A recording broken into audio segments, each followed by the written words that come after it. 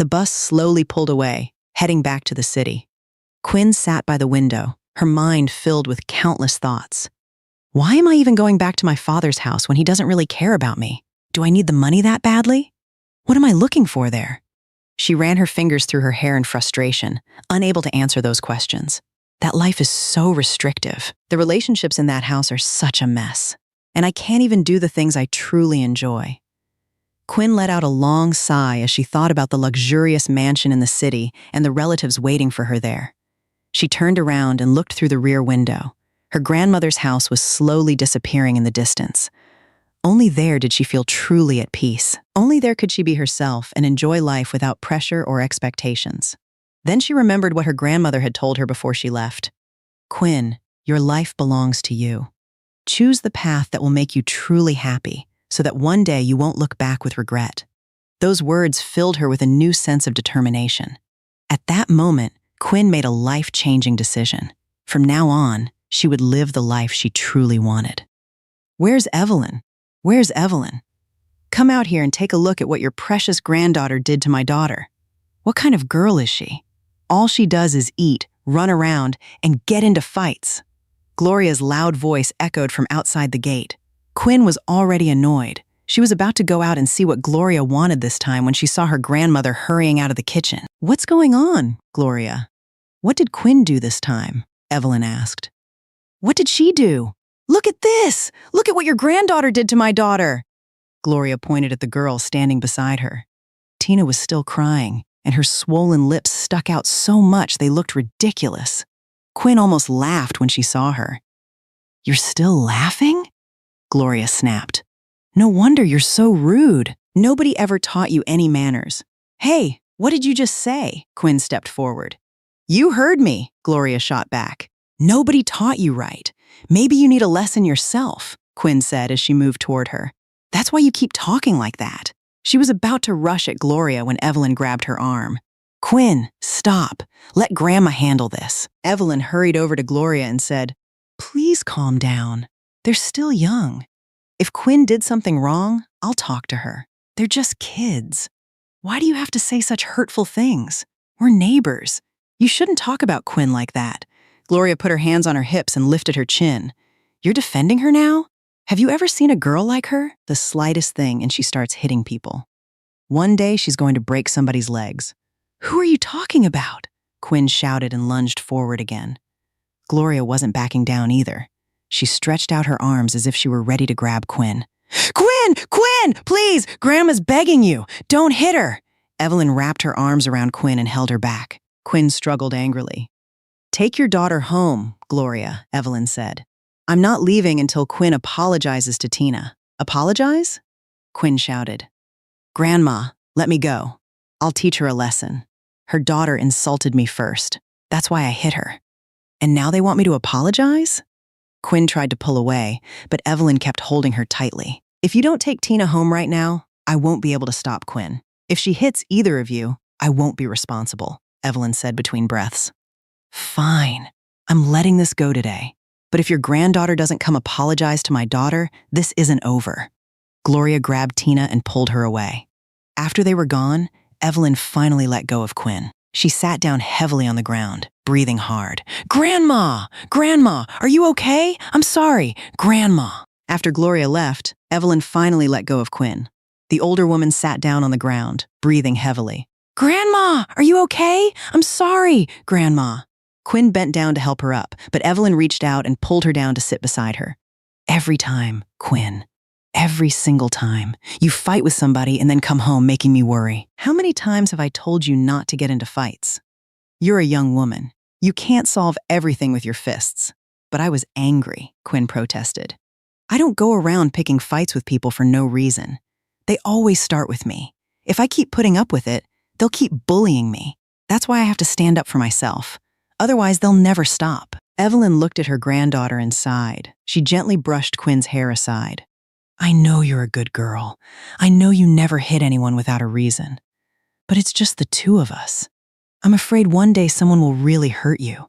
If that happens, what am I supposed to do? You don't have to worry about that. Nobody's going to bully me. If anybody tries, I'll fight back. I've learned martial arts. I'm not afraid of anyone." Evelyn took Quinn's hand and pulled her closer. Her eyes grew moist as she looked at the granddaughter she had raised.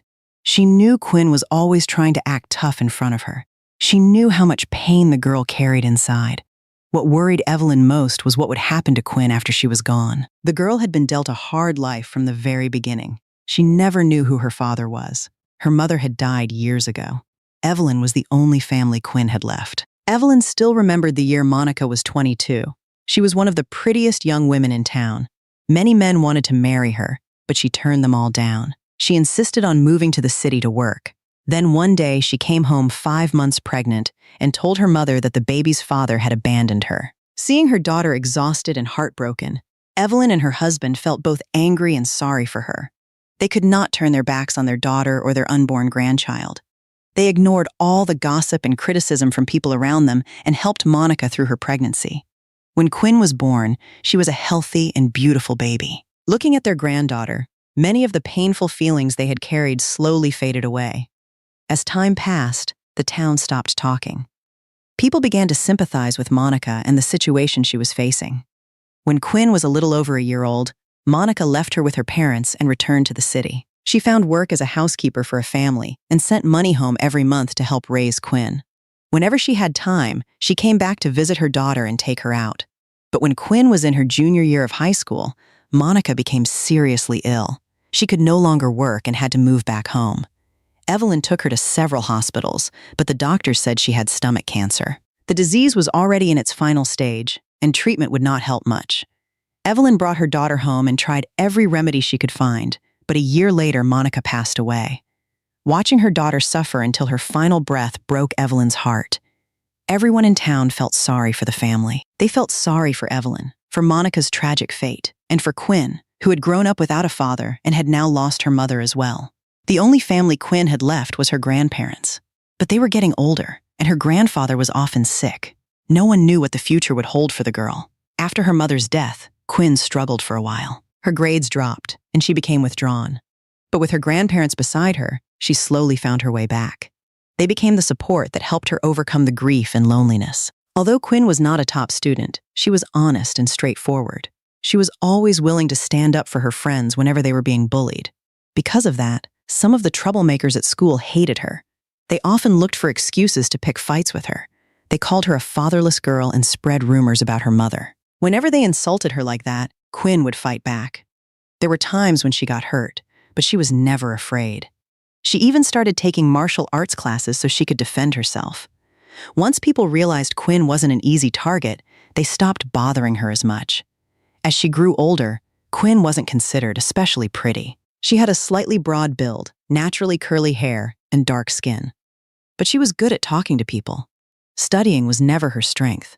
It wasn't because she didn't try. She worked hard, but her grades never improved very much. What Quinn truly loved was baking. Every day after school, after helping her grandparents take care of the pigs, she spent her free time teaching herself how to make different kinds of bread and pastries by watching videos online.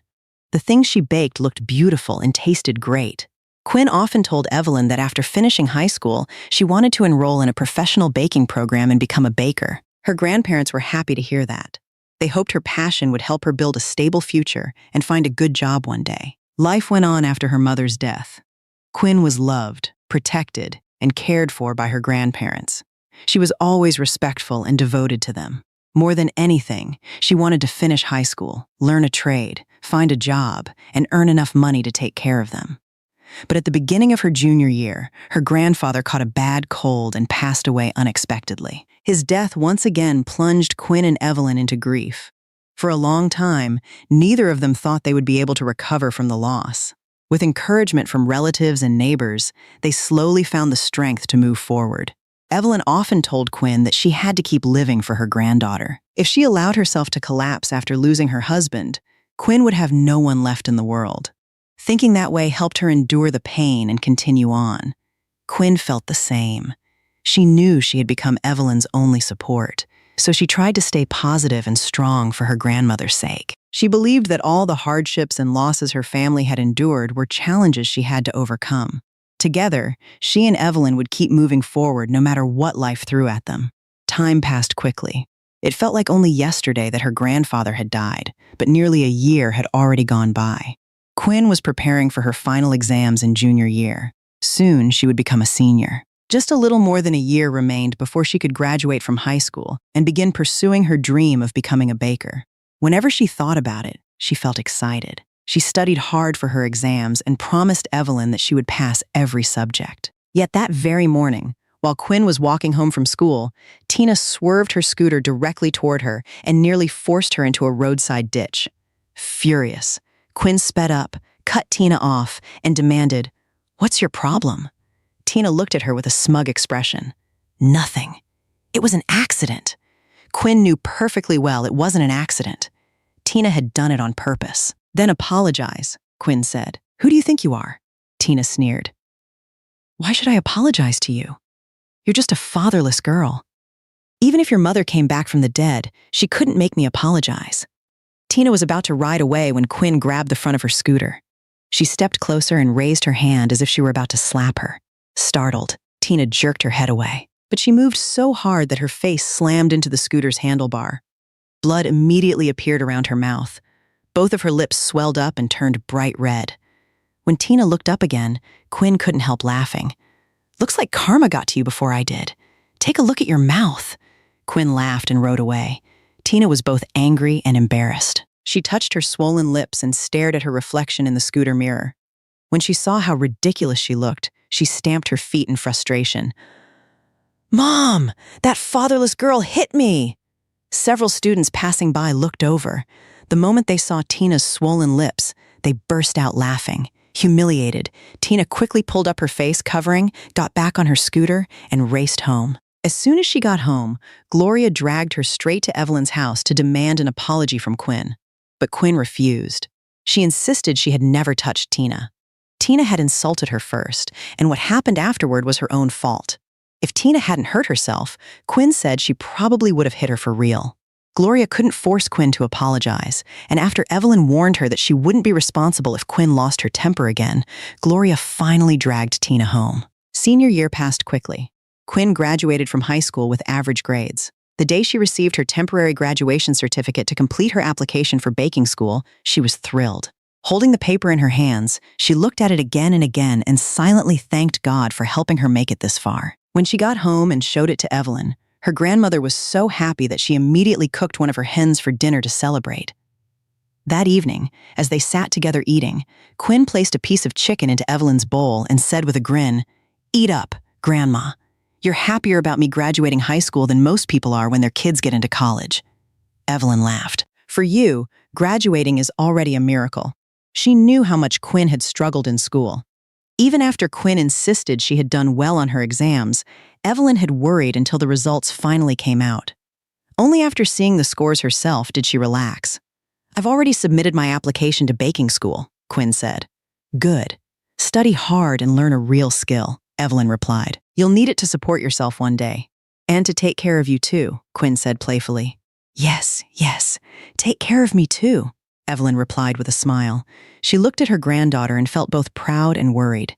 She was proud because Quinn had finally grown up, but she also worried about Quinn's straightforward personality. Quinn always said exactly what she thought and never tolerated unfairness. Evelyn feared that kind of personality would make life difficult for her. She had reminded Quinn many times that she was a young woman now and should be a little gentler and softer. Otherwise, no man would ever want to marry her. Quinn immediately put on an exaggerated sweet voice and replied, "Don't worry, Your Majesty. From now on, I'll be a perfect lady and bring you an excellent grandson-in-law." The expression on Quinn's face made Evelyn burst out laughing. A year later, Quinn completed her professional baking program. She had a natural talent for recognizing flavors and ingredients, and she often found creative ways to combine them to make her baked goods taste even better. The owner of the bakery was very impressed with her work and offered her a full-time position. Her starting salary was $3,000 a month, with the promise of raises in the future. Quinn accepted immediately. For the first time in her life, she had a stable job and her own income. Evelyn was delighted. Every time Quinn came home to visit, she reminded her to keep learning and improving so she could become a truly skilled baker. Quinn worked hard and her pastries sold well. At the end of each month, she often received bonuses. She kept only a small amount for herself and sent the rest home to Evelyn. Before long, a full year had passed. It was September, and the mid-autumn festival season was approaching. Quinn planned to take a day off and go home to visit her grandmother. She made several cakes herself to place on the family altar for her mother and grandfather, and she also wanted Evelyn to try them. Wanting to spend as much time as possible at home, Quinn left work on Saturday afternoon and planned to return to San Jose on Sunday evening. After paying the Uber driver at the end of the lane, Quinn picked up the box of cakes and headed home. As soon as she reached the gate, she noticed a luxury SUV parked in the yard. She looked around but didn't see anyone outside. Carrying the box, she walked straight into the house. Just as she was about to call for Evelyn, she heard a man's voice coming from inside. Quinn stopped. Through the doorway, she saw a tall, broad-shouldered black man with curly hair much like her own. "My name is Harold. I was Monica's boyfriend years ago. I only recently found out that Quinn is my daughter. Monica is gone now, and I'm her father. I want to bring her home with me. I know I wronged Monica.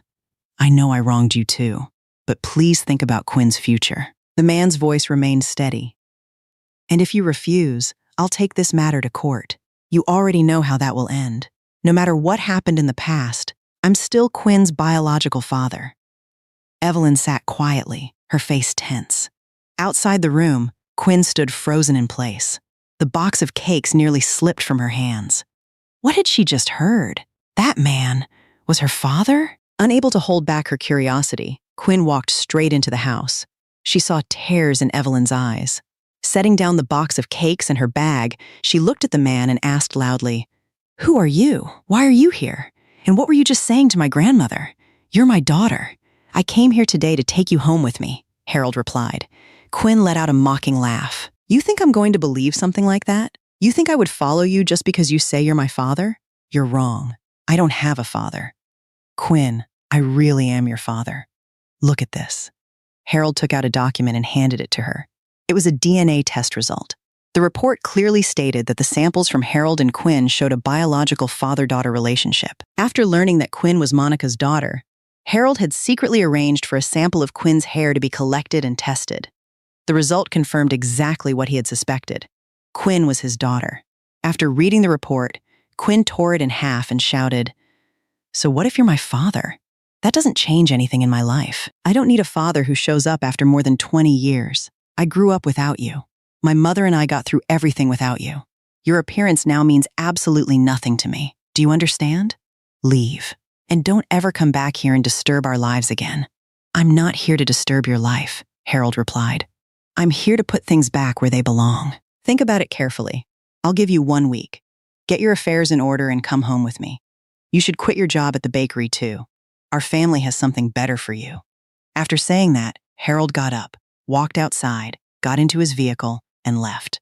Quinn immediately ran over and hugged Evelyn. The old woman still looked frightened. Harold's threat about taking the matter to court had shaken her deeply. Was she really going to lose the granddaughter she had raised all these years? "Don't be afraid, Grandma. He can't do anything to us. I'll stay here with you forever." Quinn's words comforted Evelyn a little, but deep down she was still worried. Quinn stayed with Evelyn until Sunday afternoon before returning to San Jose for work. Knowing her grandmother was still worried, she called every night to reassure her. But only 2 days after Quinn left, Harold came back. This time he didn't threaten anyone. Instead, he told Evelyn to think about Quinn's future. If Quinn accepted him as her father and returned to his family, she would be included in the inheritance plans. She wouldn't have to keep working at a bakery. His family was wealthy, and he could give her a much better life. After Harold left, Evelyn spent a long time thinking about what he had said. She worried about Quinn's future. If Quinn refused to accept her father, her life might continue to be difficult. And when Evelyn was gone one day, Quinn would be left all alone with no family beside her. The more she thought about it, the more she felt Harold might be right. Finally, she called Quinn and asked her to come home. At first, Quinn refused to listen, but Evelyn patiently explained everything, weighing every advantage and disadvantage. Little by little, Quinn's resistance softened. In the end, she agreed to return and stay with Harold's family for a while. She made it clear that she still planned to come back and live with Evelyn later. If she didn't like the work Harold arranged for her, she would return to baking. but she had one condition. Harold had to transfer $50,000 so she could put the money into a savings account for Evelyn. The truth was, Quinn only sounded tough when she made that demand. Both she and Evelyn were worried that if she refused Harold completely, he might make life difficult for them. Rather than continue fighting, Quinn thought it would be easier to go with him for a while. At least Evelyn would receive a substantial amount of money. $50,000 was not a small amount. Quinn knew it would take her many years to save that much on her own. At first, Quinn hadn't really expected Harold to agree to her demand for $50,000. She had only said it to see how he would respond. But Harold agreed immediately. That made Quinn realize that he truly cared about bringing her back into the family.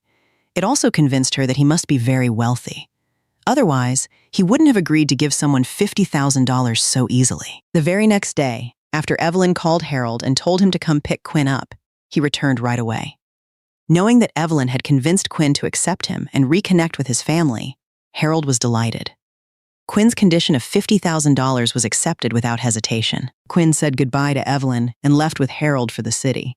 As they stood outside the house, Evelyn's eyes filled with tears. She held tightly onto Quinn's hand and kept reminding her, "When you get there, remember everything I've told you.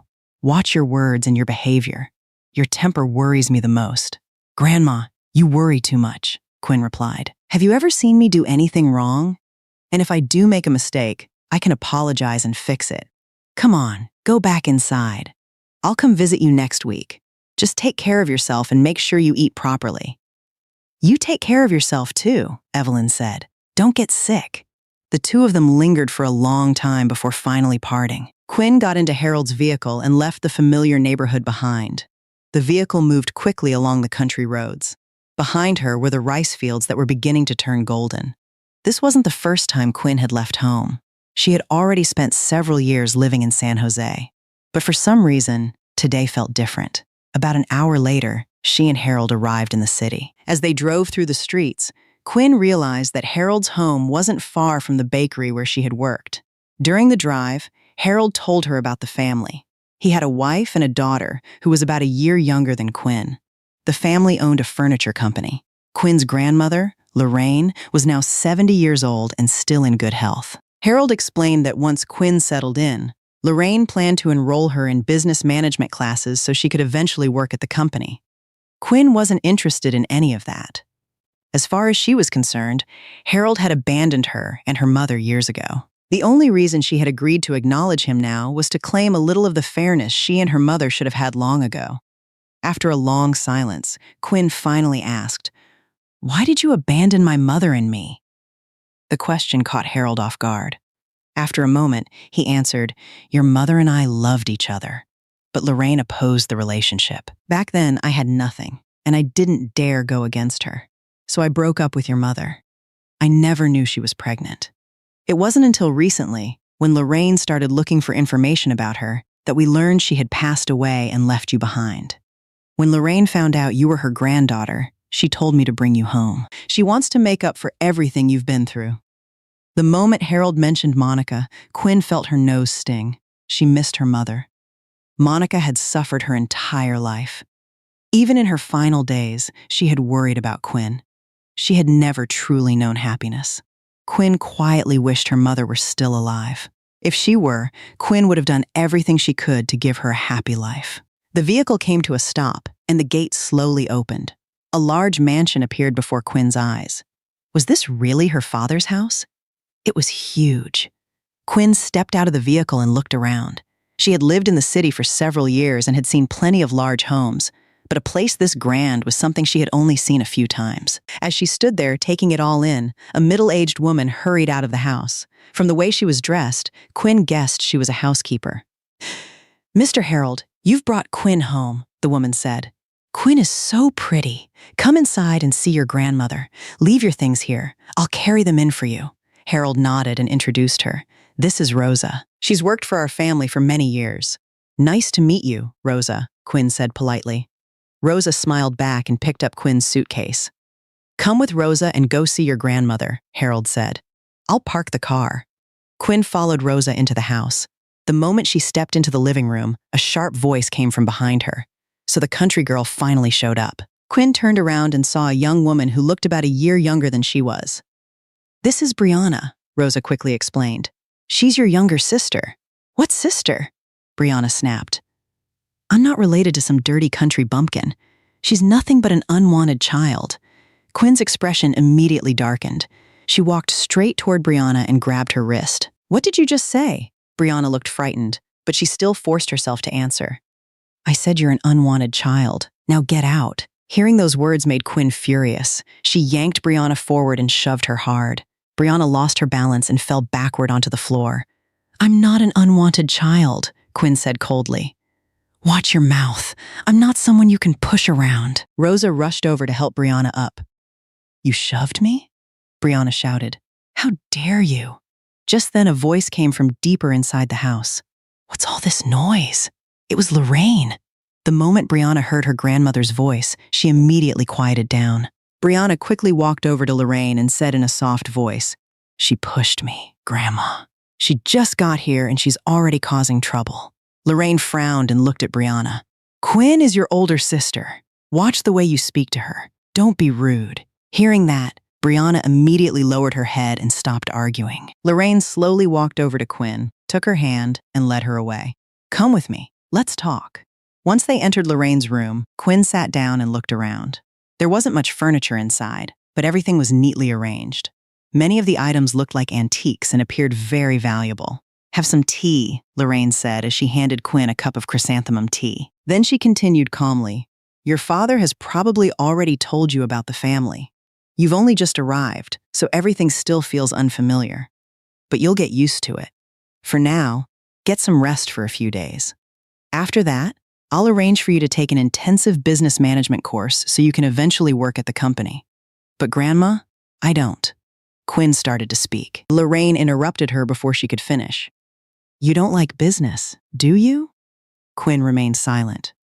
Lorraine continued, "Or to put it another way, you've never been very strong academically, so you don't want to study business. But our family has a company, and you'll need to learn so you can help your father in the future. Don't be ashamed of your weaknesses. No one is born good at everything. What matters is effort. I believe you'll work hard and do well."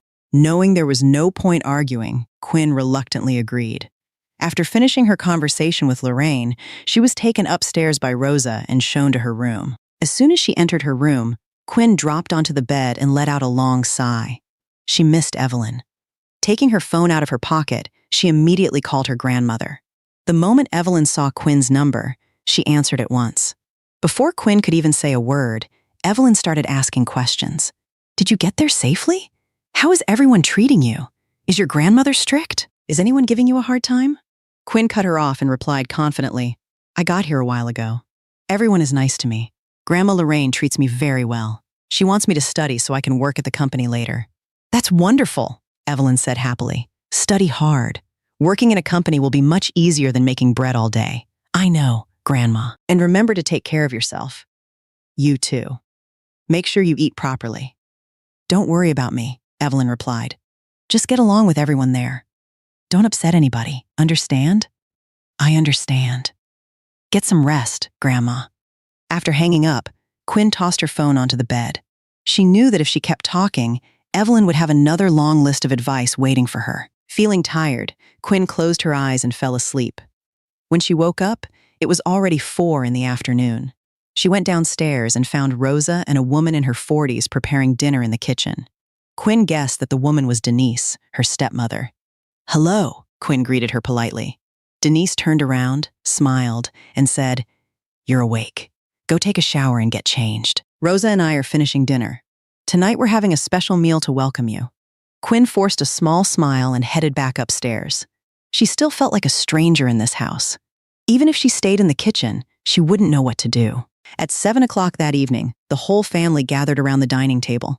Quinn heard Harold say, "To welcome Quinn home, Denise personally prepared tonight's dinner."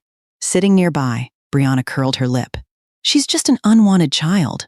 What's there to welcome?" Denise immediately smacked Brianna's arm.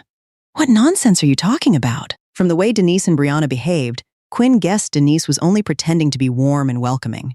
She probably wanted to stay on good terms with Harold and Lorraine. Brianna was about to complain after being hit on the arm, but Lorraine spoke first. Everyone eat.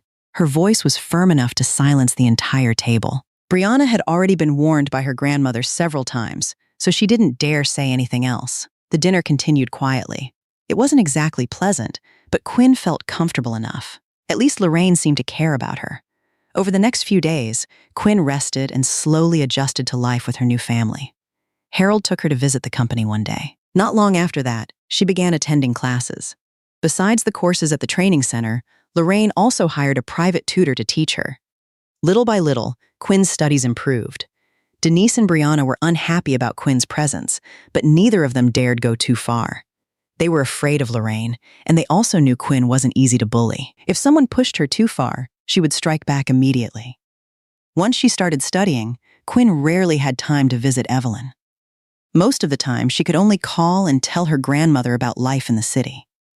Whenever Evelyn heard that Quinn was studying, improving herself, and receiving Lorraine's care, she felt relieved and happy. Many nights, Evelyn lay awake thinking about her granddaughter. She missed Quinn terribly. More than once, she wanted to call just to hear Quinn's voice, but she was afraid she would end up crying. If Quinn heard her crying, she would worry, and her studies might be affected. So Evelyn kept her feelings to herself.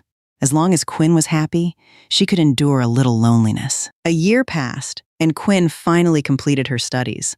Her grades were only average. When Lorraine announced that Quinn would start working at the company, Denise and Brianna were both unhappy. They believed Quinn wasn't smart enough to work there and would only become a burden. Lorraine was angry when she heard those comments, but she didn't show it. The truth was that Quinn's academic performance wasn't particularly strong. After thinking it over for several days, Lorraine told Harold that Quinn should be given a chance. If she showed no improvement after a few months, they would stop pushing her into the business. Quinn herself had never been interested in that line of work anyway. When she started at the company, she was assigned to the sales department alongside Brianna. Lorraine said Quinn would work as an assistant, but in reality, she spent most of her time doing errands. She had no experience and very little business knowledge, so she was given simple tasks like making copies, delivering documents, and carrying paperwork between departments. Seeing Quinn stuck with those jobs made Brianna openly look down on her. One day, Quinn was carrying a stack of documents to the copy room when she ran into Brianna outside the office. Brianna lifted her chin and looked at Quinn with open contempt. "I told you before. People like you should stay home and do housework. You should be working in the janitor's office, not the sales department. You came here because it sounds impressive, but all you do is run errands." Quinn knew Brianna was trying to provoke her. She glanced at her and kept walking without saying a word. Seeing Quinn ignore her made Brianna furious. She suddenly threw the coffee in her hand straight at Quinn. Coffee splashed across Quinn's clothes. "Are you mute?" Brianna shouted. "Didn't your mother teach you any manners? Or did that old woman raising you fail too?" Quinn stopped. She turned around and grabbed Brianna by the collar. "Are you crazy?" she shouted. "I've been ignoring you, and you still won't stop. You keep looking for trouble." Quinn raised the stack of documents in her hand as if she were about to hit Brianna. Just then, several employees walked into the hallway. They hadn't seen Brianna throw the coffee. All they saw was Quinn grabbing Brianna's collar and looking ready to attack her. Quinn had only recently started working at the company. She didn't want to create a scene or embarrass Lorraine. Slowly, she released Brianna's collar and lowered the documents. Then she leaned closer and said in a low voice, "Watch your mouth. Keep pushing me, and one day you'll regret it." After saying that, Quinn turned and walked away. Behind her, Brianna stamped her feet angrily. "You won't get away with this!" she shouted. "I'm not afraid of you!" Once both women were gone, the employees who had witnessed the confrontation returned to their offices. By then, many people in the company already knew who Quinn was. They knew she was Harold's daughter from a previous relationship. They also knew that Quinn and Brianna never got along. Brianna constantly mocked and targeted Quinn, while Quinn always found a way to fight back. The difference was that Quinn was careful. She avoided making scenes at work. If she needed to settle something with Brianna, she usually did it after work or at home. The conflict between the two sisters continued day after day. Neither of them was willing to back down. Eventually, Quinn got used to it. Most of Brianna's insults no longer bothered her. Only when Brianna crossed the line would Quinn strike back. After nearly a year at the company, Quinn gradually adapted to the work. She was no longer assigned simple errands and had started participating in projects with the rest of the department. One day, after the sales team successfully secured a major contract, they organized a celebration at a large restaurant downtown. Since it was her first time attending a company party, Quinn paid extra attention to her appearance. She chose a white dress, put on a pair of high heels, and applied a little lipstick. Standing in front of the mirror, she smiled to herself. Maybe she didn't look as much like a tomboy as Evelyn always claimed. After picking up her handbag, Quinn headed outside to catch a taxi. While she was waiting, a motorcycle suddenly sped past her. Before she could react, one of the riders grabbed her handbag and yanked it off her shoulder. Quinn lost her balance and fell to the ground. "Thief! Thief!" she shouted. But the motorcycle was already disappearing into the distance with her bag. Quinn pressed both hands against the pavement and struggled to stand up. She wasn't used to wearing high heels, and one of them had broken in the fall. After several attempts, she finally managed to get back on her feet. She had barely taken 2 steps when a man's voice called out from behind her. "Are you okay? Your shoe is broken." Quinn turned around. Before she could get a good look at him, he pointed toward her leg. "Your knee is badly cut. You're bleeding. Let me take you to the hospital." Before Quinn could respond, the man lifted her into his arms and carried her to a motorcycle parked nearby. He helped her onto the seat and said, "Hold on." Quinn grabbed his shirt, and he drove her straight to the hospital. After cleaning and stitching the wound, the doctor handed Quinn a prescription and told her to pay for the treatment and buy the medication. Only then did she remember that her handbag was gone and her phone had been damaged in the fall. She had no way to pay. While she was still wondering what to do, the man said, "I'll take care of it." "Thank you," Quinn replied. "Let me borrow the money. I'll pay you back later." The man paid the hospital bill, bought the medicine, and then drove her home. When they arrived at the gate, Quinn asked him to wait while she went inside to get some cash, but he refused. "It's not much money. Don't worry about it," Quinn insisted several times, but he still wouldn't accept it. In the end, she asked for his phone number so she could thank him properly another time. "Thank you. You're a really kind person." "It's nothing," he replied. "Go inside and get some rest. And don't forget to take your medicine." Quinn hesitated for a moment before asking, "What's your name?" The man didn't turn around. He simply raised a hand and answered, "Ethan." Then he smiled and walked away. Over the following weeks, Quinn and Adrian texted each other often.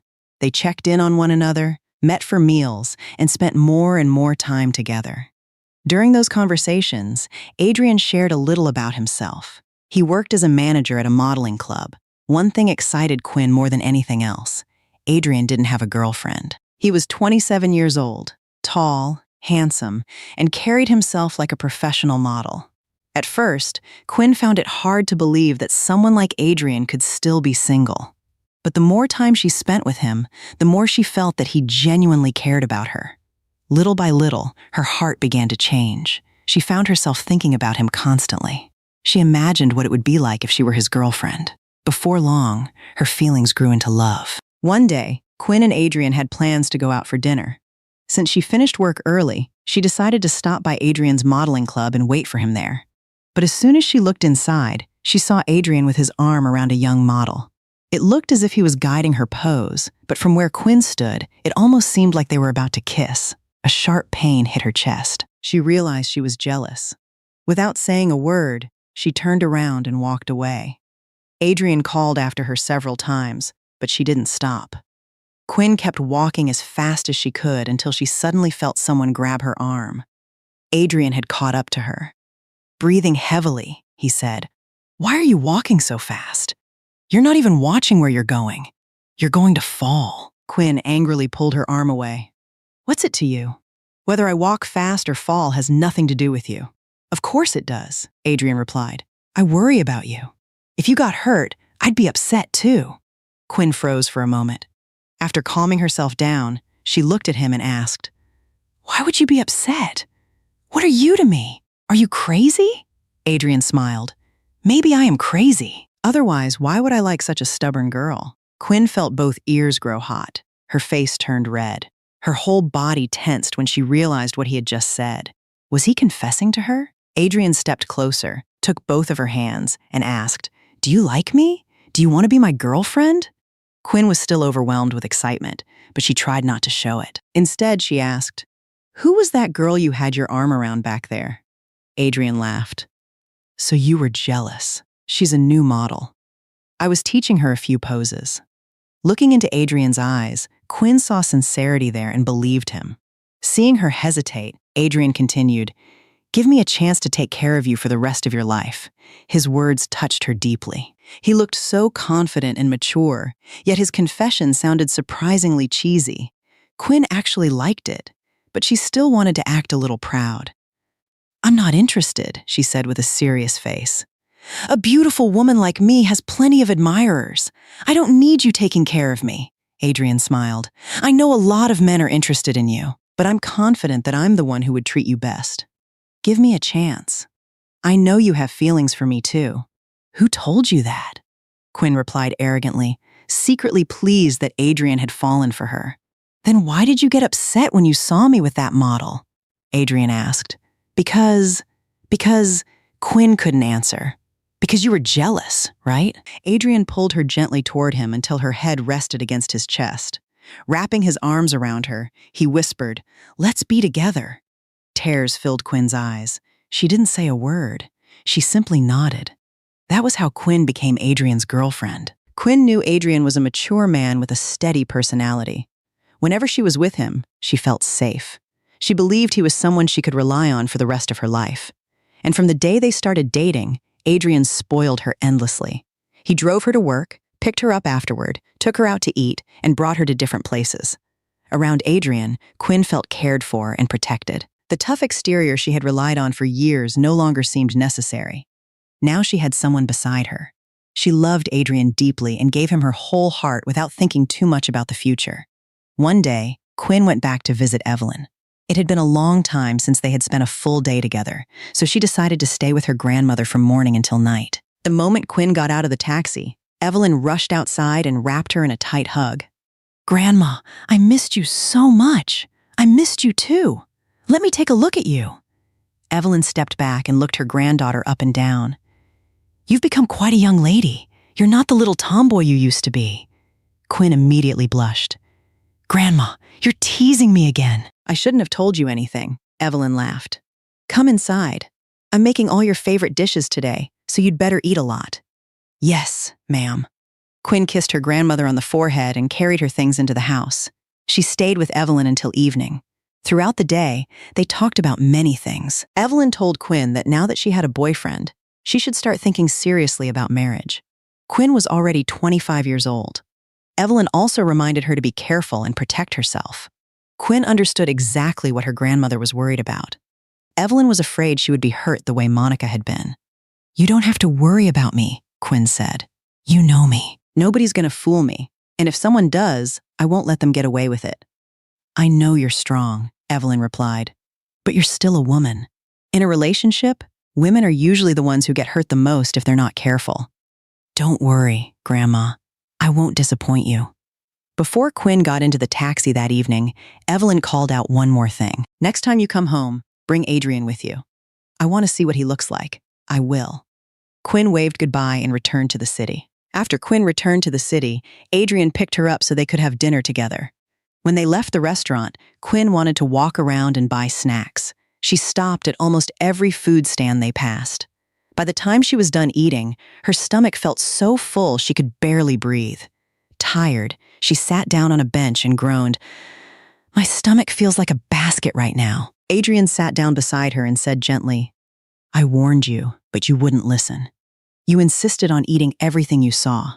If you end up with a stomachache tonight, don't complain to me." Quinn knew he was only worried about her. His concern touched her. She reached for his hand and said, "I grew up without a father. My mother and my grandparents raised me. Then my mother and grandfather both left me. My grandmother is the only family I have left. Most of my childhood memories are filled with hurtful words and people mocking me. The other kids always called me a fatherless girl. I felt lonely, but I didn't have anyone to lean on. My grandmother was already old, so I had to learn to stand on my own. I took martial arts classes to protect myself. Anyone who insulted me or said anything bad about my mother, I fought back. I didn't care if people called me rude or ill-mannered. I was like a porcupine. Whenever someone touched me, I immediately raised my quills. I was never good at school, so after high school I learned baking. Then my father appeared and brought me home. My grandmother and father treated me well. They paid for my education and gave me a job at the company. But I still feel distant from that house. Even though my father has done a lot for me, I can't forget the pain he caused my mother and me. But now I'm lucky because I met you. With you, I don't have to act strong all the time. I've been strong for too long. Now I want someone to love me, protect me, and take care of me. Thank you for coming into my life. I love you. Quinn rested her head on Adrian's shoulder. Adrian wrapped an arm around her and said softly, I love you too. I'll protect you. Those words touched Quinn deeply. She leaned closer and kissed him. Adrian kissed her back. The two of them sat together beneath the city lights, sharing their warmth and their love. By the time Adrian drove Quinn home, it was already past 11 o'clock at night. Quinn was in a hurry to say goodbye when Brianna's car pulled up. The moment she saw Quinn, Brianna leaned out of the window and said mockingly, I thought you were such a good girl. Looks like your true colors are finally showing. Started chasing men already, huh? He's pretty handsome. What's he doing with someone like you? Quinn clenched her teeth.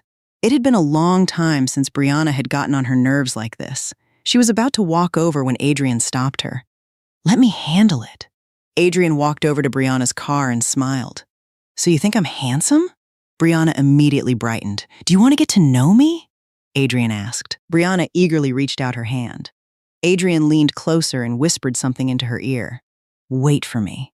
Then he turned around as if nothing had happened and told Quinn to go inside. Brianna winked at him before driving into the yard. A few days later, Brianna somehow showed up at the modeling club where Adrian worked. It seemed she had been keeping an eye on Quinn and Adrian. Brianna deliberately approached him and tried to get close to him. Adrian quickly responded to her attention. Before long, the two of them started going out together. Quinn knew nothing about it. She completely trusted Adrian and never imagined he would betray her behind her back. One morning, Quinn woke up late because she was tired. While she was hurriedly eating a bowl of noodles before work, Brianna walked into the kitchen. She looked Quinn up and down before speaking in a mocking tone. You look pretty pathetic. Better enjoy yourself while you still can. Later on, when you're miserable, you might not even be able to eat. Quinn looked at her and replied, You're the pathetic one, Brianna. Spending all day thinking about me can't be much fun, can it? Her response immediately made Brianna furious. She stomped her foot and shouted, Don't get too comfortable. Just wait and see which one of us ends up losing. Then she stormed away. Quinn finished breakfast and headed to work. During that period, Quinn was busy with company projects, so she didn't have much time to spend with Adrian. Meanwhile, Brianna took every opportunity she could to get closer to him. Seeing that Adrian had become completely captivated by her, Brianna repeatedly pressured him to break up with Quinn. But Adrian always told her to wait. After failing to convince him several times, Brianna decided on a different plan. She would make Quinn see everything with her own eyes. That Sunday, Quinn had just finished talking with Lorraine and was about to return to her room when Brianna stepped in front of her. Crossing her arms, she sneered, Back from flattering Grandma again? You're really good at sucking up to people. You flirt with men outside the house, then come home and flatter old women. Just like your mother. Quinn's eyes widened. Without hesitation, she slapped Brianna across the face. How many times have I warned you? She shouted. Say whatever you want about me, but don't talk about my mother. You've crossed the line. Brianna's face turned red from the slap, but she immediately lunged forward and grabbed Quinn's hair. Who do you think your mother was? She screamed.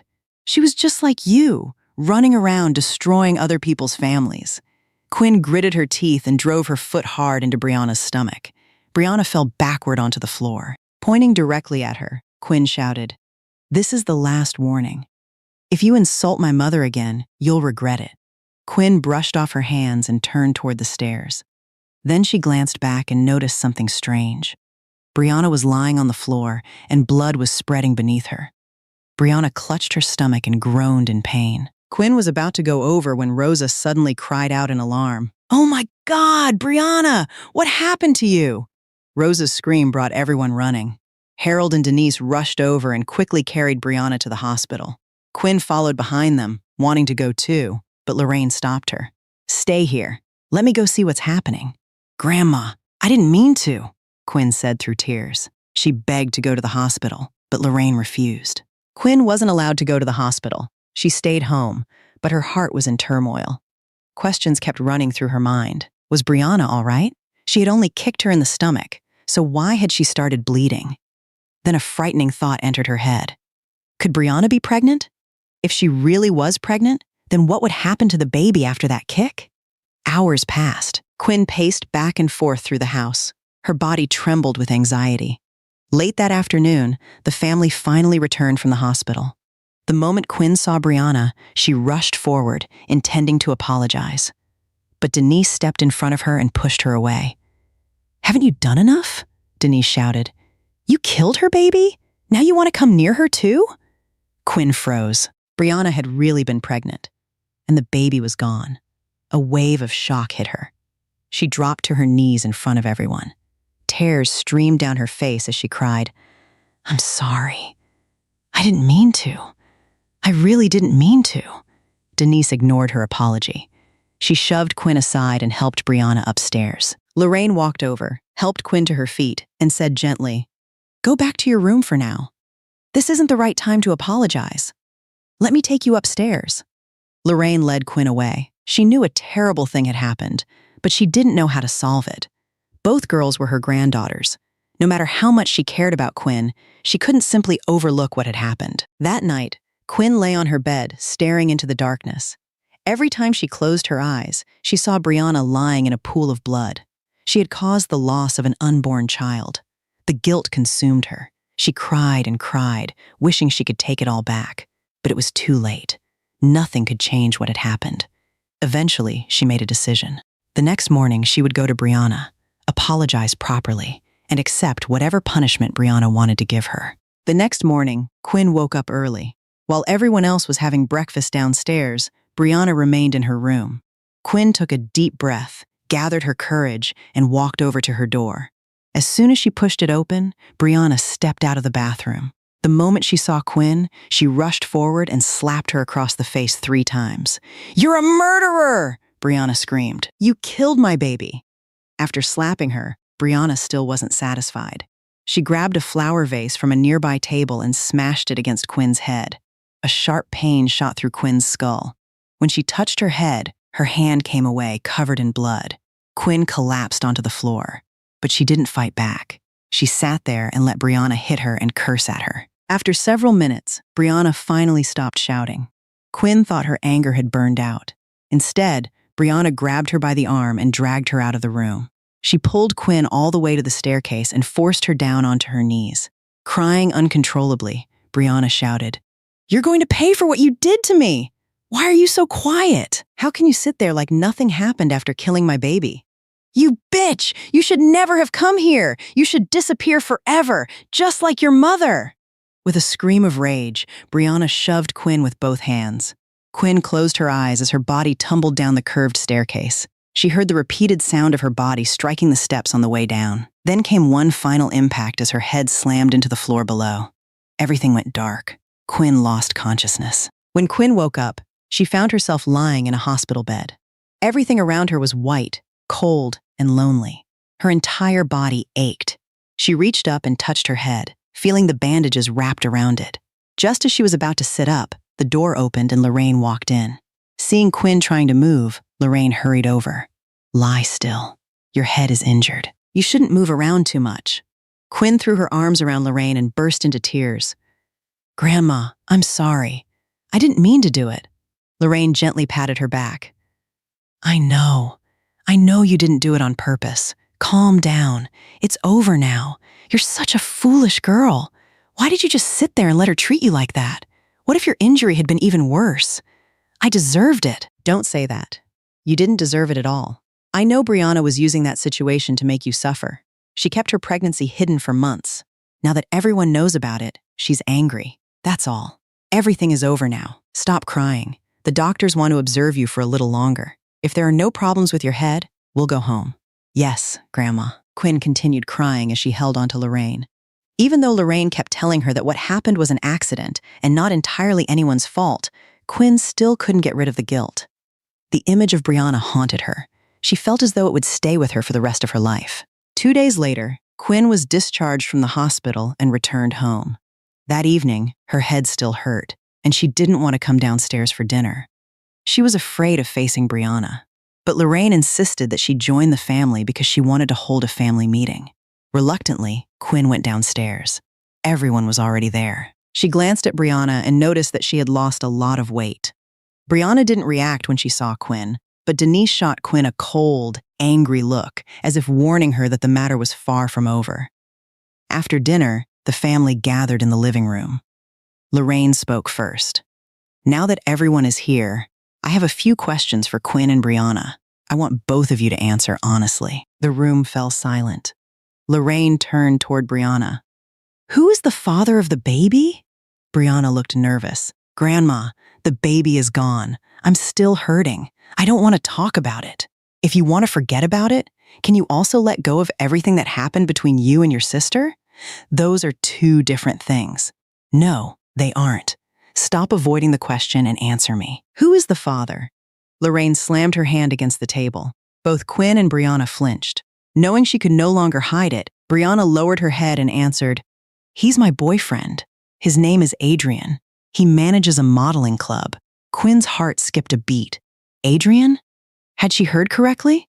Was it just a coincidence? No, it couldn't be. She desperately tried to reassure herself. Lorraine continued questioning Brianna. Why didn't you tell the family you were pregnant? I didn't know I was pregnant. Nonsense. Lorraine's voice rose sharply. The baby was already more than 3 months old. You hid it on purpose. You wore loose dresses so nobody would notice your stomach. Do you think I don't know that? Brianna's face turned pale. Harold finally lost his patience. Tell the truth. Yes, Dad. Brianna burst into tears. He wouldn't accept responsibility for the baby. He refused to come meet the family and talk about marriage. At first, I thought about ending the pregnancy, but I couldn't do it. I wanted to keep the baby.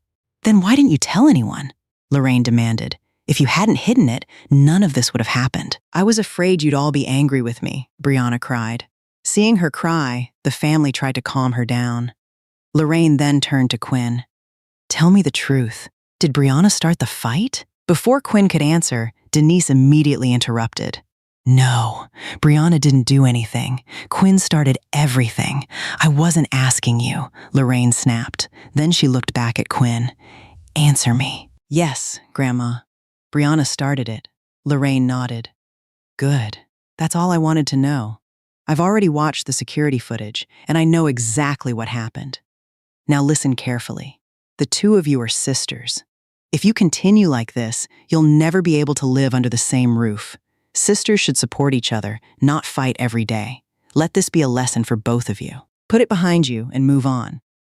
I don't want to see another fight in this house.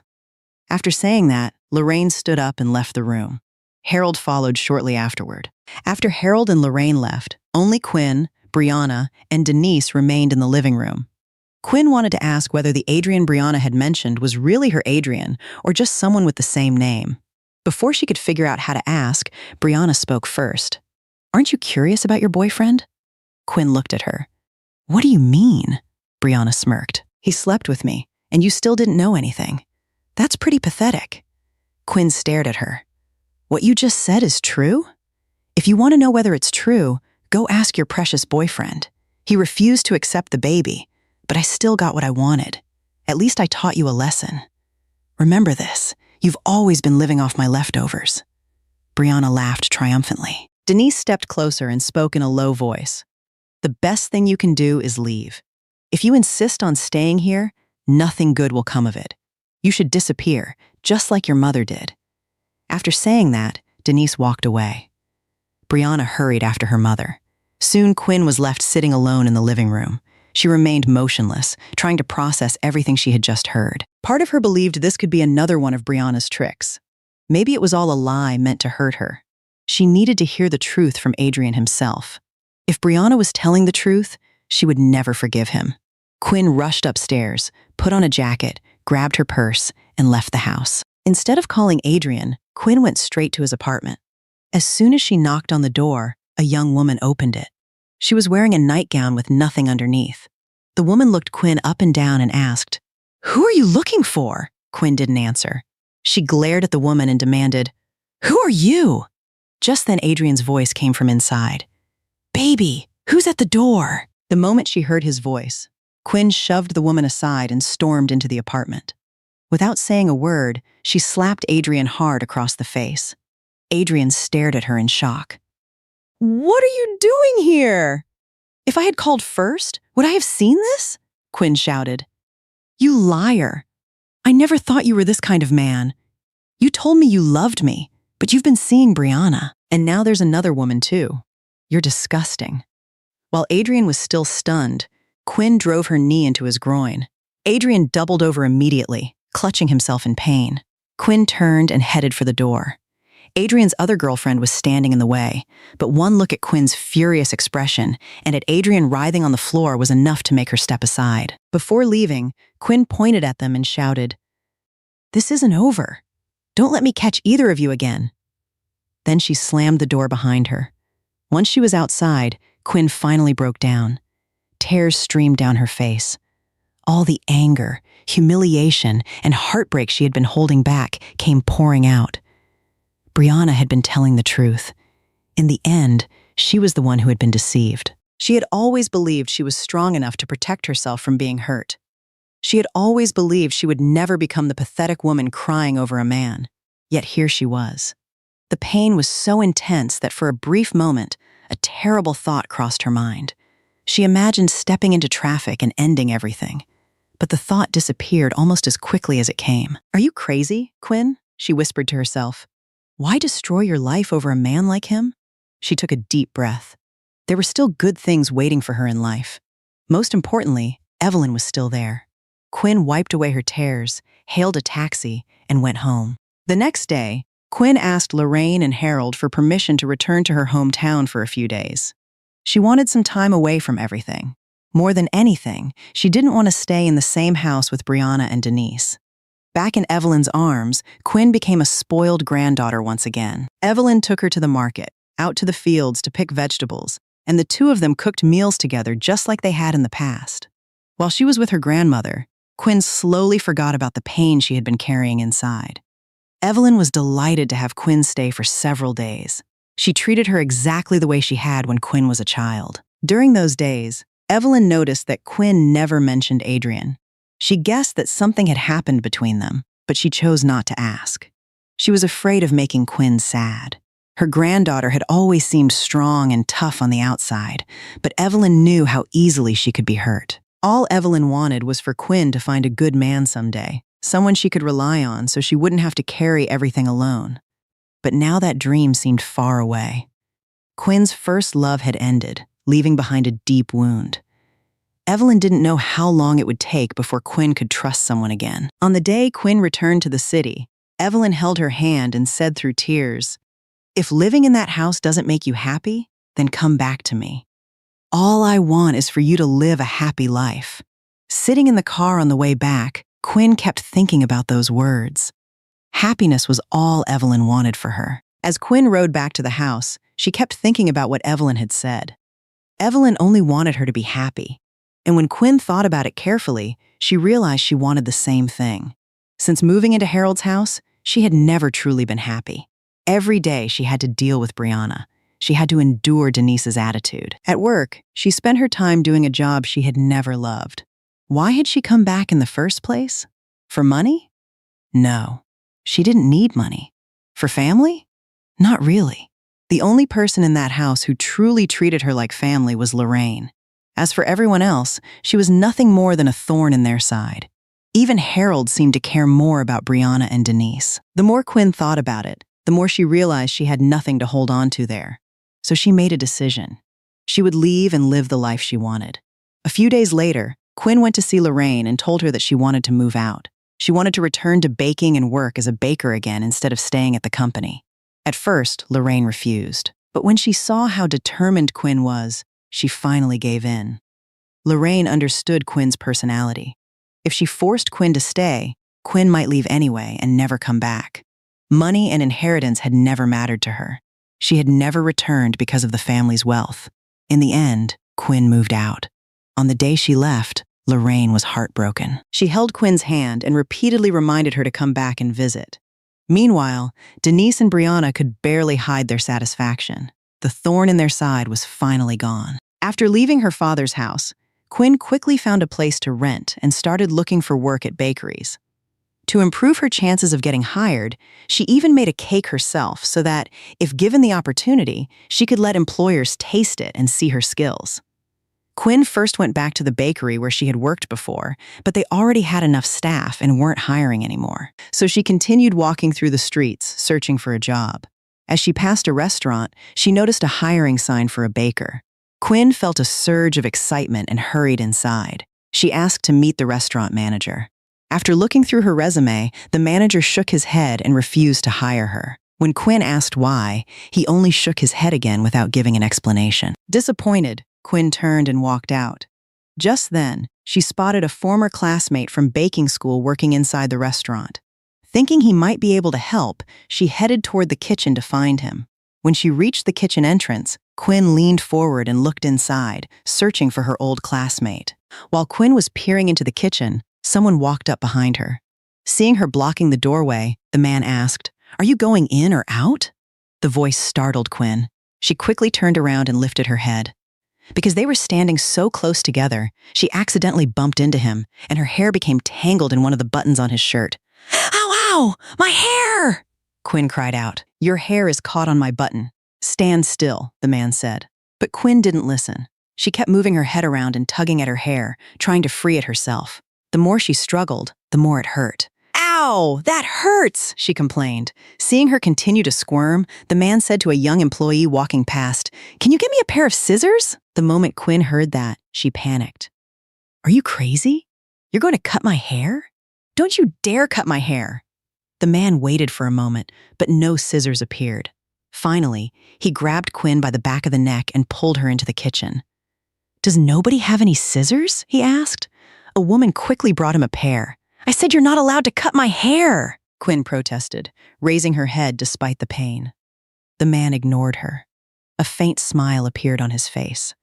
Then he cut off the small section of hair that was tangled in his button. Quinn stared at the lock of hair that had just been cut away. She looked up at him with fury in her eyes. Before she could say anything, he spoke first. "You don't work here, do you?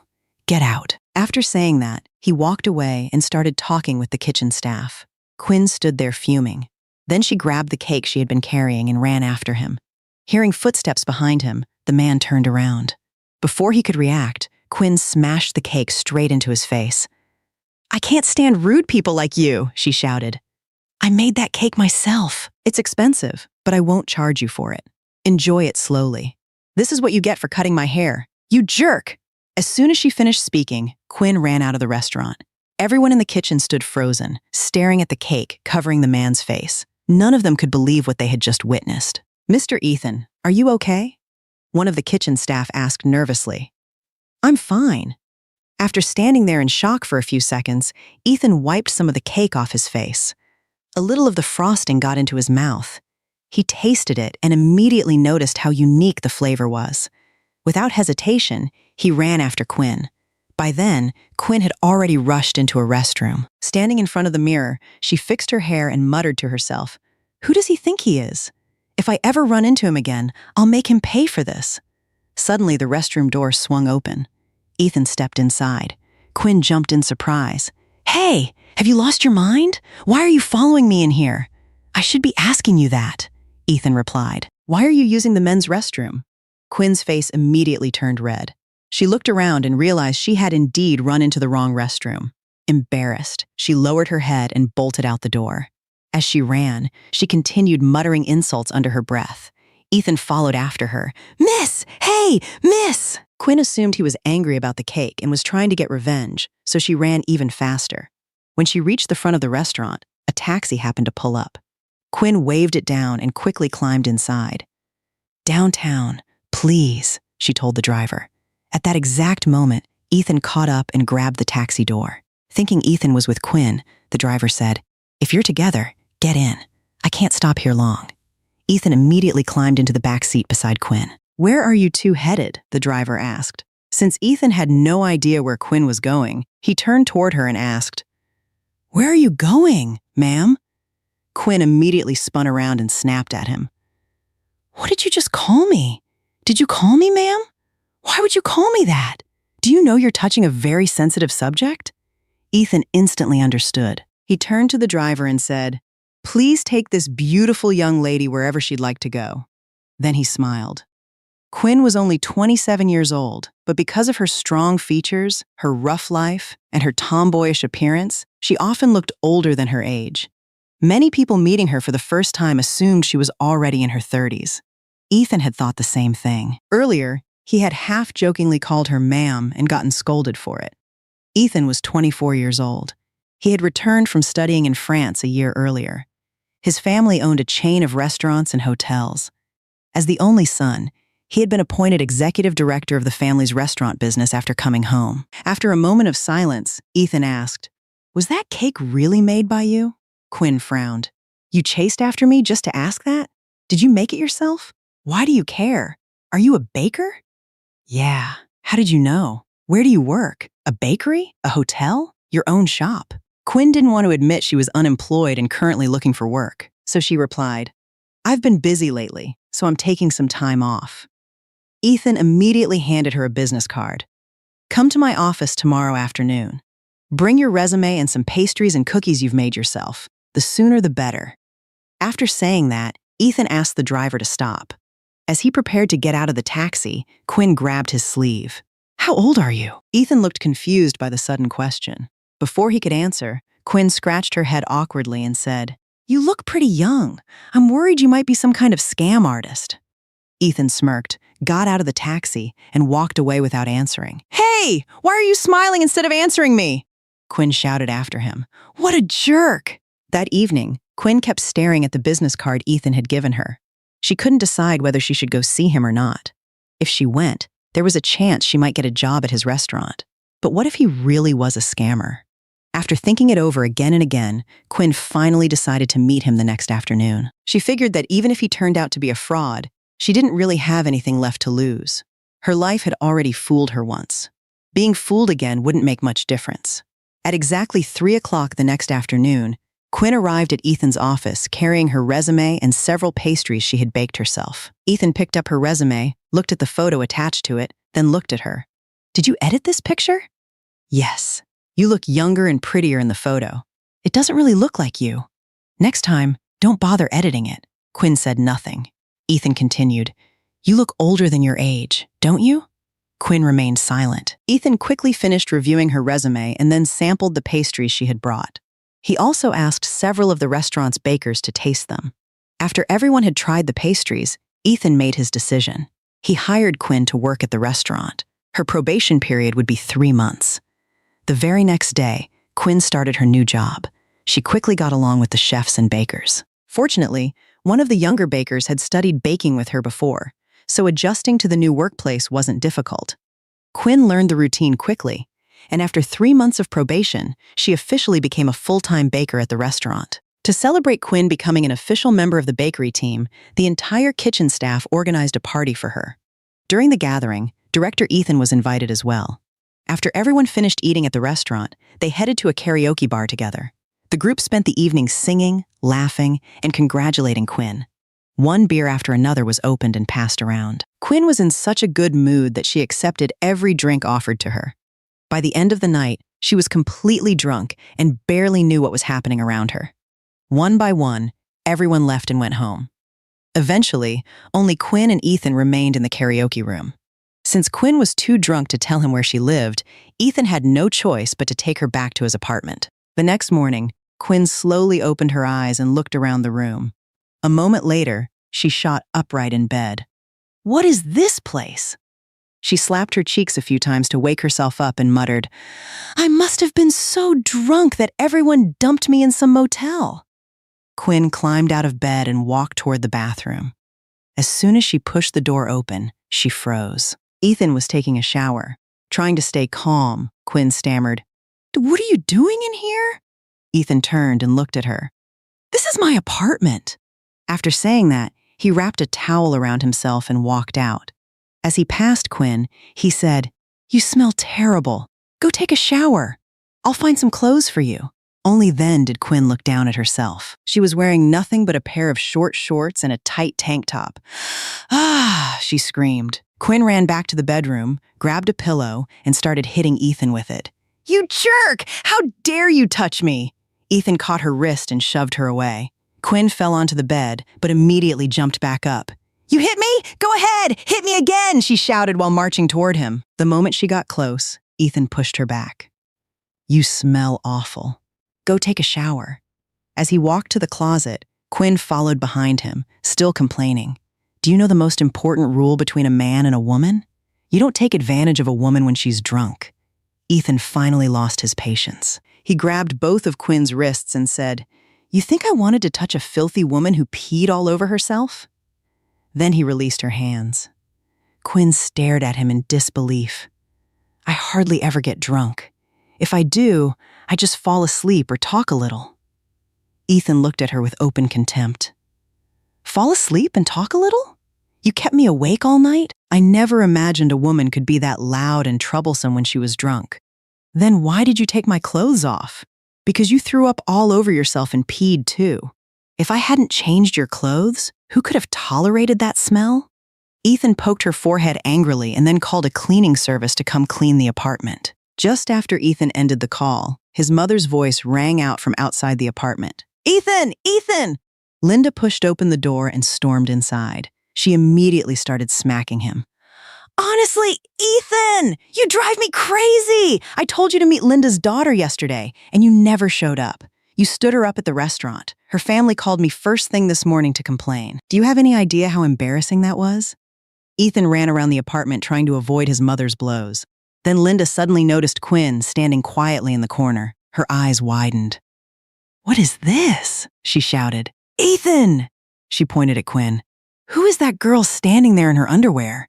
Linda rushed toward Quinn, but Ethan quickly grabbed her arm. "Mom, why didn't you call before coming over?" "Call first?" Linda snapped. "If I had called first, would I have seen this?" She grabbed Ethan by the hair, dragged him toward the door, and started hitting him with a shoe she had picked up from the rack. Meanwhile, Quinn panicked. She ran back to the bed and pulled the blanket over her head. A few moments later, she realized Linda wasn't coming after her at all. Instead, she was busy beating Ethan. Quinn secretly enjoyed watching the scene.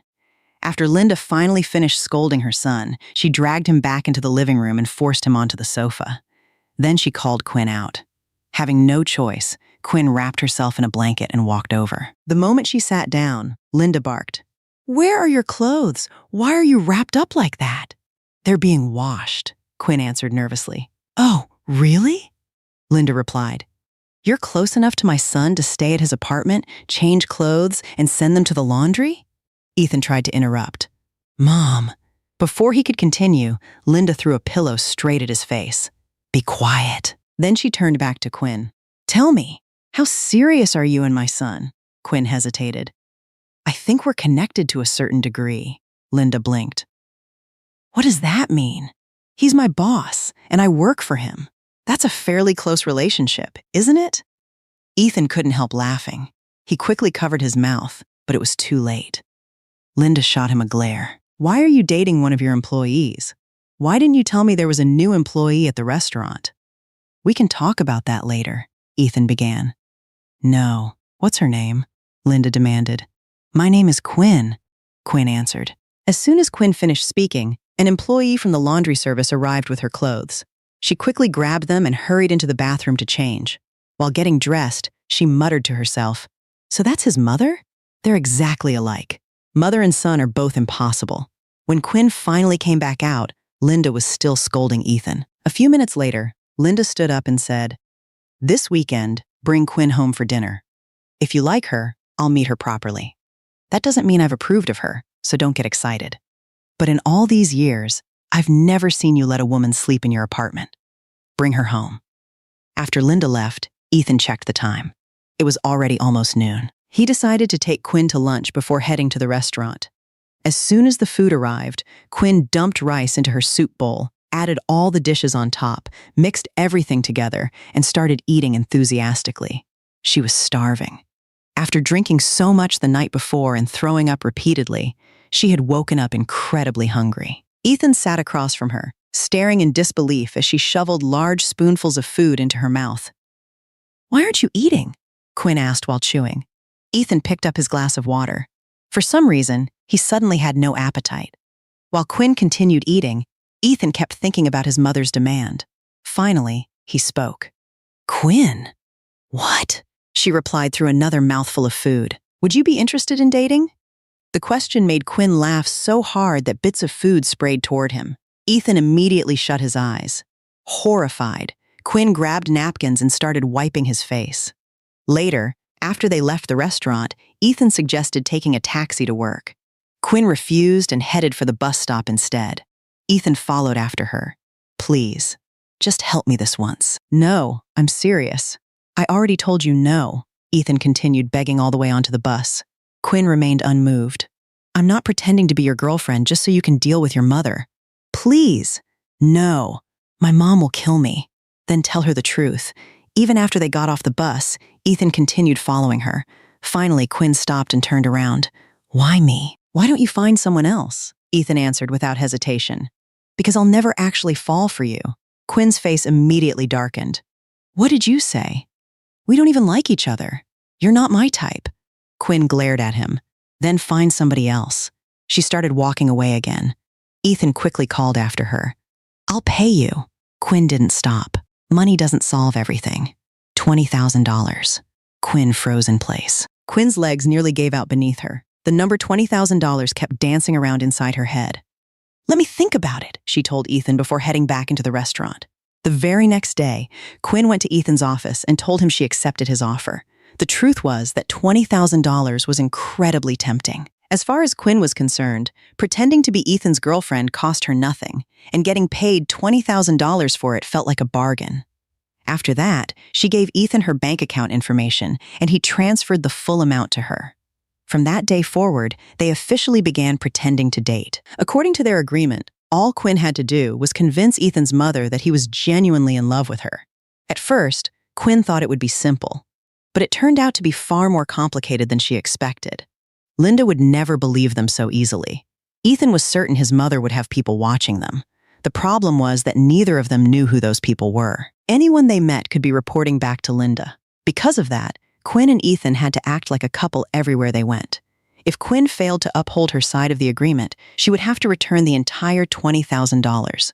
To make the story more believable, Ethan even announced to all the restaurant employees that he and Quinn had been dating for 2 months already. He knew there were people inside the restaurant who reported things to his mother. If Linda heard that they acted like enemies at work, she would never believe the relationship was real. After the employees heard Ethan announce that he was dating Quinn, everyone was stunned. But when they saw him holding her hand and looking at her affectionately, they gradually began to believe him. Quinn's first assignment was to play the role of Ethan's girlfriend successfully during the family introduction at the end of the week. Ethan took her to a clothing store to pick out dresses, handbags, and accessories. After that, he brought her to a salon to have her hair done and then to a makeup artist. Once everything was finished, he finally drove her to his mother's house. It was Quinn's first time there. Ethan quickly led her into the living room. A housekeeper brought out tea and set it on the table. A few moments later, Linda appeared. The moment Quinn saw her, she felt nervous. Still, she forced herself to remain calm and speak more softly and politely than usual. "How old are you this year?" Linda asked as she picked up her teacup. "I'm 27, ma'am," Quinn replied. "You're already 27? You're older than my son." "Mom, women being 3 years older than men is completely normal these days."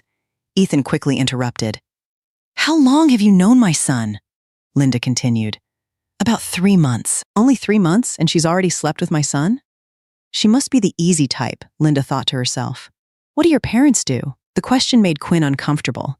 She didn't know how to answer. After a few seconds of silence, she finally said, "I don't have parents. They've both passed away. I was raised by my grandmother.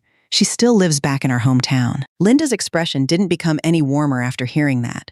She cleared her throat and continued. "Do you love Ethan?" Quinn blinked. "I'm sorry? I know young people today can fall in love and break up quickly," Linda said. "But you've only known my son for 3 months, and you've already slept with him. That seems a little fast to me, so I'm curious. What exactly do you love about him?" The rapid questions left Quinn flustered. Meanwhile, Linda had already decided Quinn was probably after Ethan's money. Answer me, Linda said again. Why do you love my son? Quinn looked at Linda, then turned toward Ethan. After a moment, she slowly replied, there was once a poet who loved her husband very much. Every poem she finished writing, she would leave on his desk, and he would always be the first person to read it. I'm the same way. I love baking, and I want Ethan to be the first person to taste every cake I make. That's how I love him. Then Quinn looked directly at Ethan and added, I love you, Ethan. She even made a small heart gesture toward him. Ethan was caught completely off guard. It sounded like a genuine confession. Linda sat there in stunned silence. For a moment, she didn't know what to say. Quinn quickly stood up. Excuse me, may I use the restroom? Without waiting for an answer, she hurried away. The moment she closed the restroom door behind her, she let out a long breath. She was so nervous that she felt dizzy. Sitting down on the toilet seat, she repeated her own words under her breath. I love you, Ethan. Just hearing herself say it again made her feel sick. While Quinn was still in the restroom, Linda began scolding Ethan. Take a good look at yourself. You're the son of a wealthy family. You're successful, handsome, and capable. Yet you're dating a woman who's rough, unattractive, older than you, and barely has an education. She only finished high school and learned a trade. Her family background is unclear. Do you really think someone like that is worthy of being your wife? And if you marry her, she'll become the owner's wife at the restaurant. Does she look like someone who belongs in that position? She's practically an old sew. Mom, why would you say something like that? Ethan shot back. She's better than every woman you've ever introduced to me. All those girls do is show off their parents' money. They want to enjoy life without working for anything. Quinn works hard for every dollar she earns. She knows where she stands and keeps pushing herself forward. Enough, Linda snapped. I'm your mother. Do you think I don't know what's going on? You're using that girl to deal with me because you don't want to meet the women I introduce. You still haven't gotten over Lily, have you? No, I've forgotten her. Forgotten her? Are you sure? Yes. Linda stared at him for a moment. Fine, let's pretend that's true. I'll assume Quinn is helping you move on from Lily. Right now, I give her 5 points. We'll see where this relationship goes. We'll see whether she really helps you leave Lily behind. I'll give it 1 year. If her score goes up, I'll approve of the relationship. If not, the two of you will break up. And let me make one thing clear. Even if Lily comes back, don't ever think about getting back together with her. I will never accept a girl who hurt my son. After saying that, Linda stood up and walked away.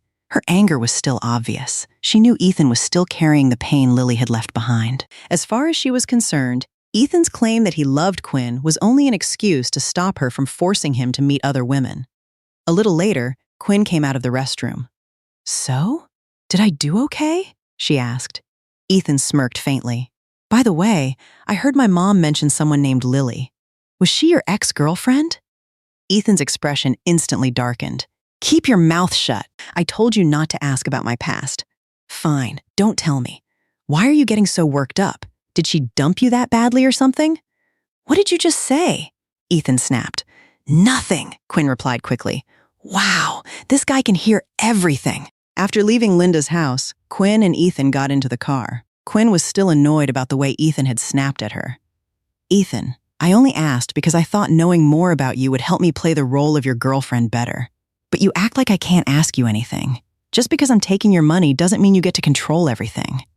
Ethan laughed. What's so funny? Quinn demanded. You think I won't return your money? I already used half of it to renovate my grandmother's house. But don't worry. If I don't have enough money, I'll sell an organ and pay you back. Let's end this agreement. Ethan laughed even harder. Sell an organ? Take a look at yourself. There's not a single part of you worth buying. The only thing that might have value is those hips. They look useful for having children. Stop the car, Quinn snapped. Let's end this right now. She reached for the door handle, but Ethan grabbed her arm and pulled her toward him. Her head landed against his chest. Holding her there with one arm, he lowered his voice and said, $20,000 isn't a small amount of money. I think we should continue the agreement. Then he pushed her away. Quinn sat there fuming. But once she calmed down, she had to admit he was right. $20,000 was a fortune to her. She had already sent half of it to Evelyn to repair the house. There was no way she could pay it back anytime soon. "Fine," she muttered. "I guess we can keep working together." From then on, Quinn continued pretending to be Ethan's girlfriend. The two of them acted so convincingly that everyone at the restaurant believed they were a real couple. Linda still had some doubts, but she never caught them slipping, so she allowed the relationship to continue. Several months passed. One evening, after the restaurant had closed and most of the staff had gone home, Quinn was finishing some work in the kitchen when she noticed a beautiful young woman enter the restaurant. Quinn immediately walked over. "I'm sorry, but we're closed for the night." The woman ignored her and looked around the restaurant. "I'm here to see Ethan. He's not here right now. He's on a business trip." "When will he be back?" "Probably tomorrow afternoon." The woman nodded. "Then I'll come back later. Oh, by the way, your last name is Howard?" "Mine is too." After saying that, she turned and left. The next afternoon, Ethan returned from his trip carrying a pastry box. "I tried this while I was away," he said. "The flavor was interesting, so I brought one back for you to study." Quinn accepted the pastry and thanked him. Looking at the gift, she couldn't help smiling. Ethan really did care about helping her improve as a baker. "By the way," Quinn said as Ethan was about to leave, "you had a visitor yesterday. I don't know her name, but I think her last name was Howard. She noticed my name tag and said we had the same last name." Ethan stopped instantly and turned around. His expression changed at once. "Could she be that girl named Lily?" Quinn was about to ask, but before she could finish, Ethan suddenly shouted so loudly that she jumped. "How many times do I have to tell you? Stop asking about my past!" Ethan glared at her with obvious anger, then turned and stormed away. Quinn stood there in shock. She couldn't understand why he was reacting like that. Has he lost his mind? Why is he yelling at me? The more she thought about it, the angrier she became. Quinn immediately followed him. When Ethan reached his office and pushed the door open, Quinn marched in right behind him. "Ethan," she shouted, "you said I shouldn't ask too much about your past, but I only asked one question.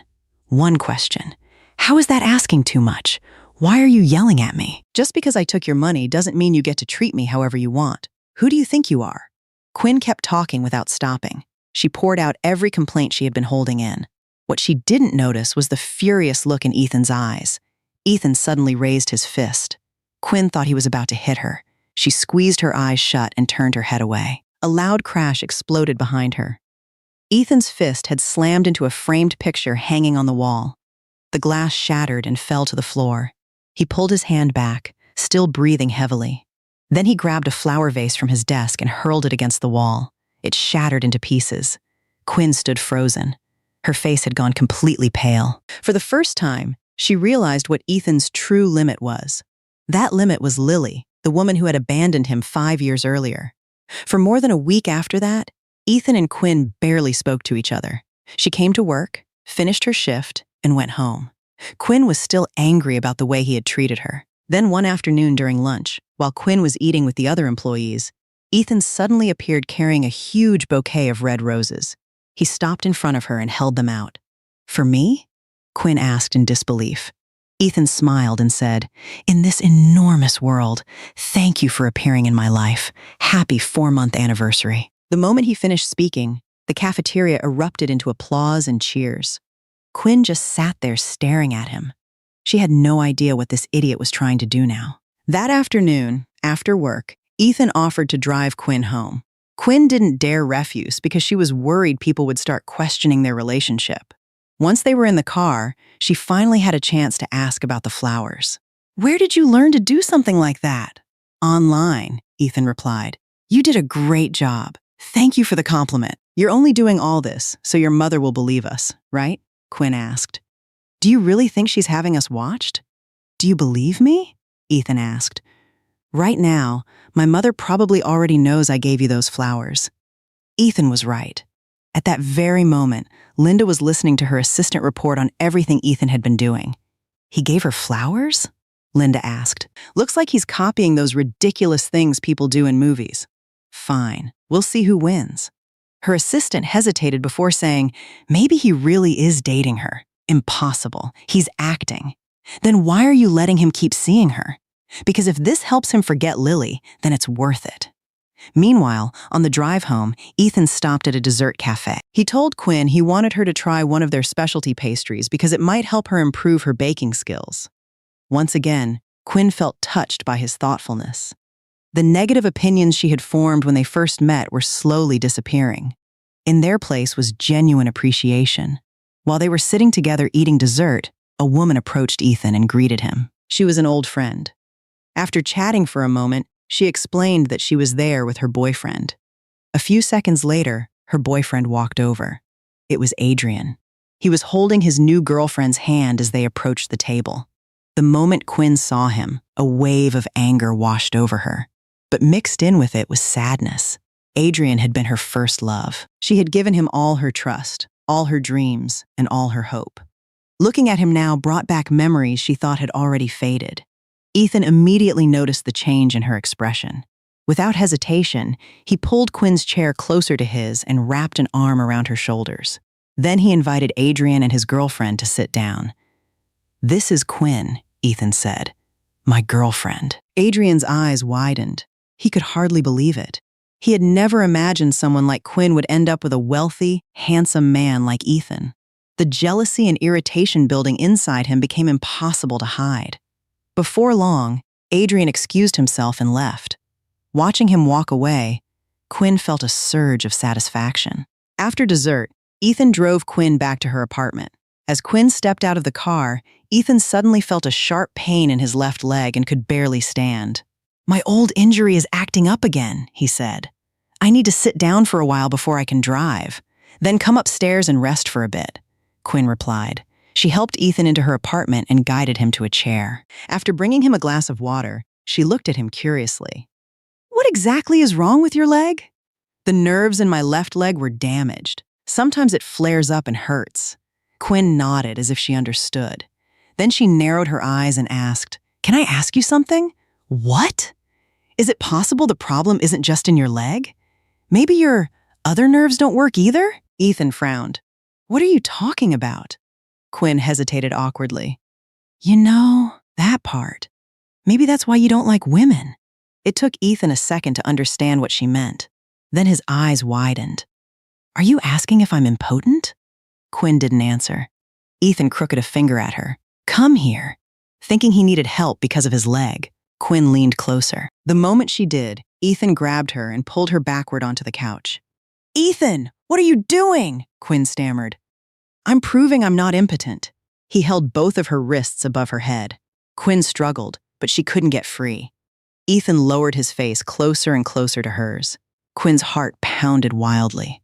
Thinking he was about to kiss her, she squeezed her eyes shut. But instead of kissing her, Ethan suddenly let go and burst out laughing. "There. Now stop saying I'm impotent." Mortified, Quinn ran straight into the bathroom and locked the door. Later, after Ethan's leg felt better, he headed home. As he drove away, his thoughts remained fixed on Quinn. Earlier, when their faces had been only inches apart, he had almost lost control of himself. "Damn it," he muttered, slamming a hand against the steering wheel. Why was he reacting this way? Ever since Lily left him, he had hated the idea of relationships. Yet around Quinn, he felt none of that resentment. He could let her sleep in his bed. He could spend time with her without getting annoyed. Worse, he found himself wanting to be near her. Beneath Quinn's rough appearance was a sincere, uncomplicated heart. She was honest, hardworking, and never tried to flatter him. Those qualities were slowly drawing him toward her. Meanwhile, Quinn spent the entire night tossing and turning in bed.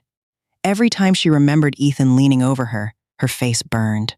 Her heart wouldn't calm down. The following evening, around 7 o'clock, the same woman who had come looking for Ethan earlier returned to the restaurant. The moment Ethan saw her, he grabbed her arm and led her outside. The two of them went to a nearby cafe and sat down together. The woman was Lily, the girlfriend who had left him 5 years earlier. Ethan looked at her with undisguised resentment. "Why are you here?" he asked. "I want us to start over." Ethan let out a cold laugh. "You think we can go back to the way things were?" "I still love you. We still love each other." Lily reached across the table and placed her hand on top of his. Ethan immediately pulled away. "You're mistaken. I don't love you anymore. You're nothing but a memory now. And unfortunately for you, I've already moved on from that memory." I love someone else. So stay away from me. Get out of my sight the same way you disappeared from my life 5 years ago." After saying that, Ethan stood up and walked away, leaving Lily crying behind him. 5 years earlier, Ethan had loved her with all his heart. Yet she had abandoned him and followed another man overseas. 3 years later, that man left her too. Broken and humiliated, Lily had remained abroad for another 2 years. Then her mother called and told her Ethan had never truly moved on. Believing she still had a chance, she returned home. But the man sitting across from her today was no longer the Ethan she remembered. After leaving Lily at the cafe, Ethan returned to the restaurant and sat alone in a corner drinking. When Quinn noticed how miserable he looked, she walked over to check on him. Ethan kept pouring one drink after another. Years ago, when Lily left him, the pain had nearly destroyed him. For a long time, he had hoped she would return. He had believed that if she ever came back, he would forgive everything and start over with her. But then Quinn entered his life. She brought laughter back into his days. She made him enjoy life again. Her honesty, kindness, and warm heart had gradually replaced the bitterness he once carried. That was why he rejected Lily. Not because he still hated her, but because he no longer loved her. By the time the bottle was empty, Ethan was completely drunk. He collapsed onto the table. With no other choice, Quinn helped him into a taxi and took him home. Once they arrived, she guided him to his bed. Seeing that he was still wearing his jacket, Quinn climbed onto the bed and started unbuttoning it. At that moment, Ethan suddenly rolled over and wrapped both arms around her, pulling her down beside him. Quinn froze. Yet instead of feeling angry, she felt strangely comfortable. She didn't want to wake him.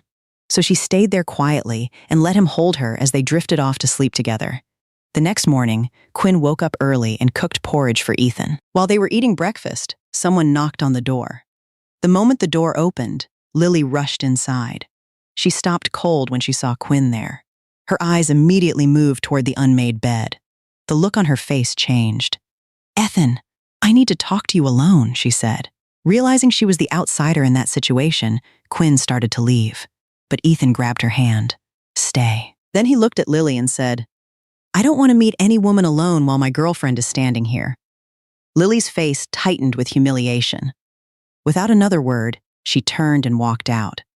After she left, Quinn reminded Ethan that she was only pretending to be his girlfriend and suggested that maybe he should tell Lily how he really felt and give their relationship another chance. Ethan immediately frowned.